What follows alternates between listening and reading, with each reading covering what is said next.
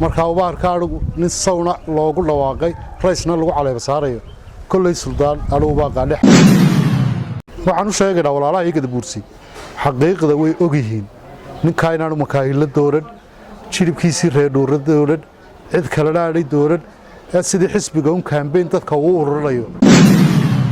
sidaa laajligeed horta suldaan makaahil anigu baa sheegan karaa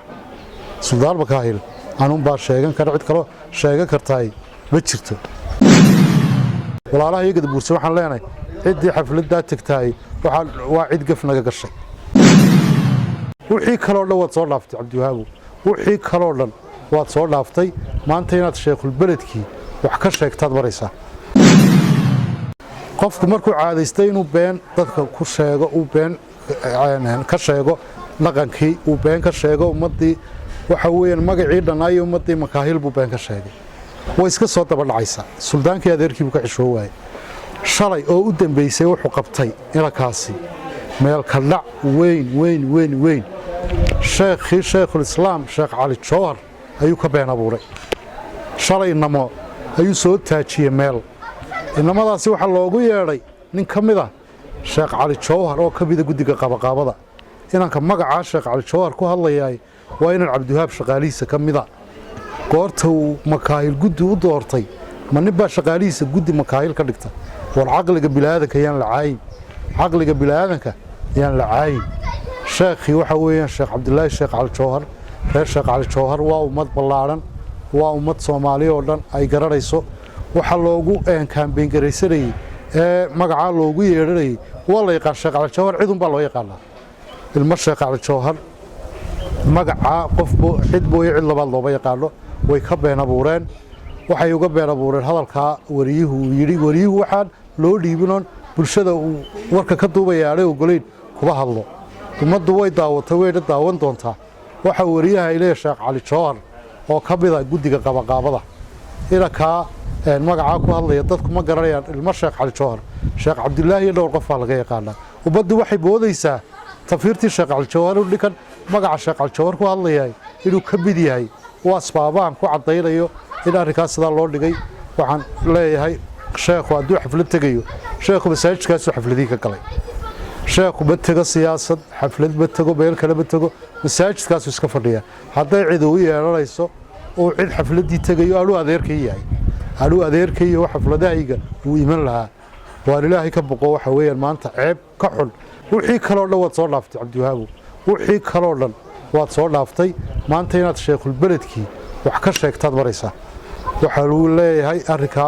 arrinkaasi waxaa la yaalo waxaanu ka ogollahay iyo waxa ka jira midkoona ma jiro waxaan u sheegaynaa walaalaha iyaga buursi xaqiiqda way ogyihiin ninkaa inaanu makaahilo dooran jilibkiisii reedhuura dooran cid kalena aanay dooran ee sidii xisbiga un kaambeyn dadka uu ururinayo marka xisbi hool la buuxinayo ayaa dadka sida kaambeynka loo ururiyaa oo hebel low yeedh laydhaa ummadda caqliga ayaan lagaga ciyaarin ummadda dad baa u taliya dadka u taliyaay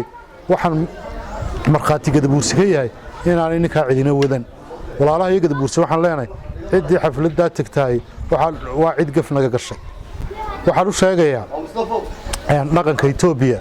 garaad kulmiya ugu sarreeyo ee salaadiinta sabarood ku xigaan ee dhaqanka etoobiya dhan ku xigaa waxaan leenahay war waxaasi wax khilaaf ka jira weeyaan dhaqankuna khilaafka uu ku ciyahay cidina ayaanay imanin walaalaha iyo jaarka iyo isaaq iyo ciisaba waxaan leenahay waa dhaqankaay waa dhaqan gacanku rimisa waa dhaqan aan waddadiisii la marin walaalaha iyo waa soo luguyno annagana godoba naga qaadina wuxuu sheeganayaa ninkaasi makaahil waxaa la ogayay makaahil inuu dego somalilan inuu 2 gobol ka dego etoobiyana 2 gobol ka dego dhulka intaa leeg inuu leeyahay beer iyo dhul lagu qabto lama waayin waxa caadada dhaqanku yahay marka suldaan lagu caaro shubay in geel la qalo geed hoostii la fadhiisto waxa weeyaan hilibka geel iyo kalloodaba la cuno dhaqankii suldaanka ka marka ubaarka anigu nin sawna loogu dhawaaqay raysna lagu caleeba saarayo kolley suldaan anigu baa qaadhex waxa weeye arrinkaa awliyada waa faqday haddaan aad u sii tafatiro waxa weeye annagu waxa lahay anigu waxa lay doortay 7 makaahil 5 buu dhalay 5taasi 4 ilmo makaahila iyo muuse oo 3 jiriba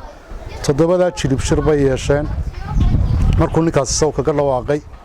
shirka ay yeesheen waxa la igu doortay aniga gudoomiyaha dhaqanka ee beelaha iyo madaxweynaha Makaahil waxa naga hadhay waa Yooris ilma Yoorisna maalintii dhaweyd ee Khamiistii maanta xad baynu joognaa Khamiistii ayay ilma Yooris la siiyay ictiraafkii sida la ajligeed horta Suldaan Makaahil anigu baa sheega kara Suldaan Makaahil anun baa sheegan kara cid kale sheega kartay ma jirto inanka halka xafladda halka loogu qabanay wararkaas waa la reer Faarax Luura anagu gudidii dhaqanka Makaahil ay taanaan madaxweyne noqon waxa loo yimiday tolkaya reer Nuur waxay yiraahdeen 25 oday baan marxaati qabsanayaa gudidii Makaahil waxay yiraahdeen war tolkaya Makaahilow dhaqanka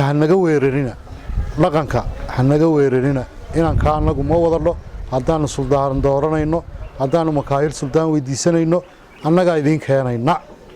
dhaqankii reer Nuur way maqlaya hadday beenanayaan iyaga u taala arrinkaasi laba jeer saddex jeer bay doo yimaadeen iyagoo naga codsanaya inaan waxa weeyaan aanan ninka aqoonsanayn waxa kale maragu qabsanaya waxa weey ninka waxa ka hadlay tolkii reer Nuur 40 oday iyo 50 oday bay kaga hadleen inaanay waxaas kaga hadleen